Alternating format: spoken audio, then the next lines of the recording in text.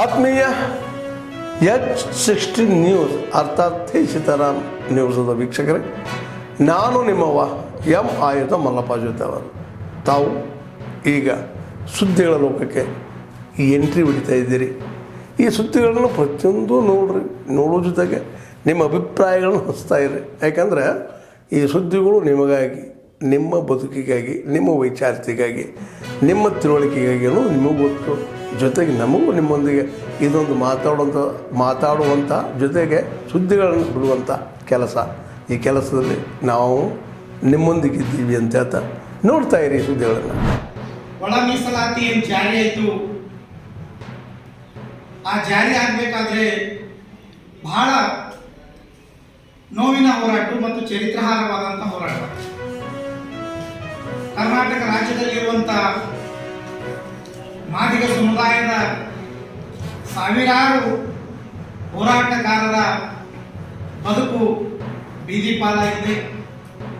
ಅನೇಕ ಜನರು ಪ್ರಾಣವನ್ನು ಕಳೆದುಕೊಂಡಿದ್ದಾರೆ. ಅನೇಕ ಜನರು ನಿರಂತರವಾದಂಥ ಹೋರಾಟದಿಂದ ನಿರುದ್ಯೋಗಿಗಳಾಗಿದ್ದಾರೆ. ಅನೇಕ ಹೋರಾಟಗಾರರು ಲಾಠಿ ಏಟು, ಪೊಲೀಸರ ಬೂಟಿನೇಟನ್ನು ತಿಂದು ಜೈಲು ವಾಸವನ್ನು ಅನುಭವಿಸಿದ್ದಾರೆ.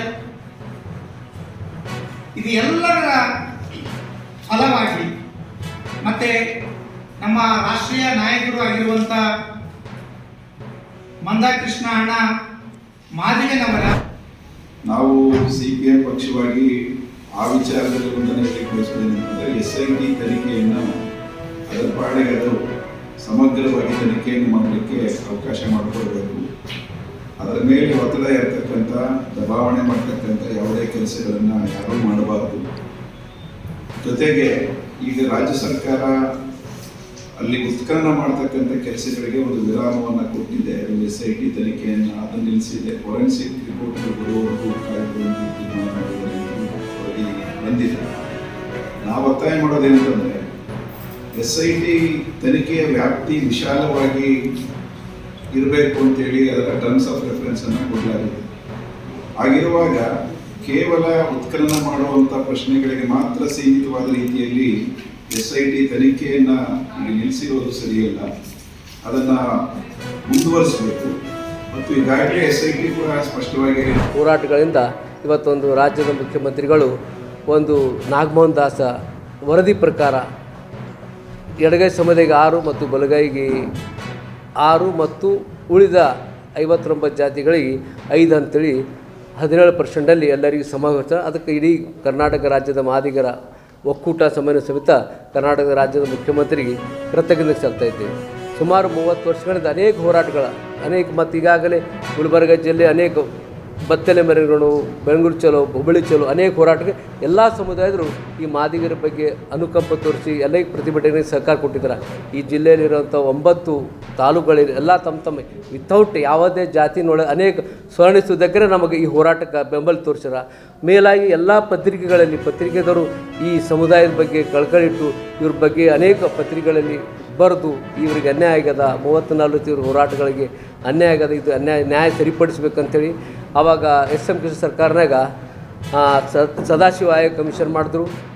ಆಮೇಲೆ ನಾಗಮೋಹನ್ ದಾಸ ಕಮಿಷನಿ, ಆಮೇಲೆ ಯಡಿಯೂರಪ್ಪ ಸರ್ಕಾರ ಇದ್ರಾಗ ಬಸವರಾಜ ಬೊಮ್ಮಾಯಿ ಸರ್ಕಾರದಾಗ AG ಮಧುಸ್ವಾಮಿಯವರ ಒಂದು ಅಧ್ಯಕ್ಷತೆಯಲ್ಲಿ ಕಮಿಟಿ ಮಾಡಿ ಎಲ್ಲ ಜಾತಿಗೆ 15 ಅಂತ ರಿಸರ್ವೇಷನ್ ಇದ್ದು 17 ಮಾಡಿದ್ರು. 17 ಪ್ರಕಾರ ಎಲ್ಲರಿಗೂ ಒಂದು 6.5, 5.5 ಮತ್ತು ಉಳಿದ 4.5 ಮಾಡಿದ್ರು.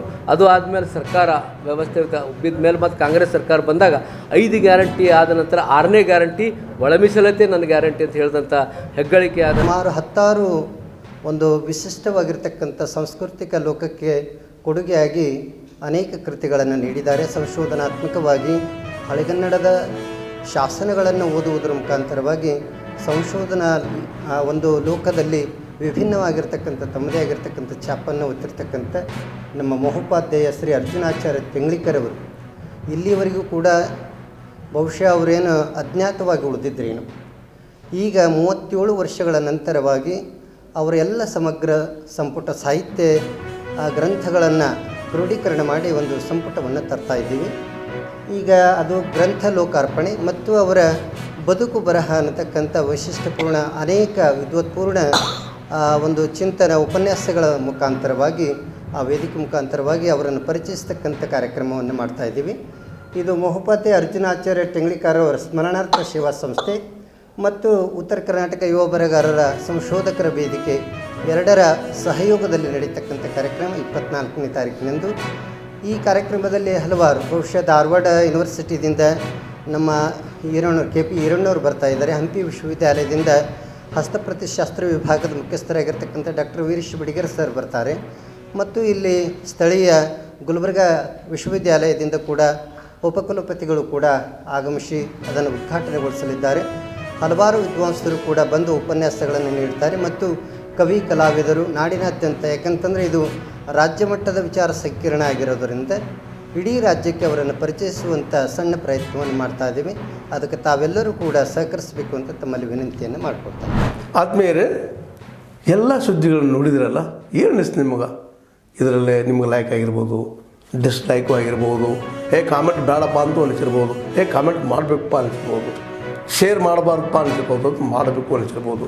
ಏನಾದರೂ ಆಗಲಿ ಶೇರ್ ಮಾಡ್ತಾಯಿರಿ, ಈ ನ್ಯೂಸ್ಗಳನ್ನ ಹಂಚ್ತಾ ಇರಿ, ಜೊತೆಗೆ ಇದಕ್ಕೆ ಸಬ್ಸ್ಕ್ರೈಬ್ ಆಗ್ತಾಯಿರಿ ಅಂತ ಹೇಳ್ತಾ H16 ನ್ಯೂಸ್ ಅರ್ಥಾತ್ ಹೇ ಸೀತಾರಾಮ್, ಇದು ಸತ್ಯದ ಕೈಗೆ ನಡಿ. ವಂದನೆಗಳು.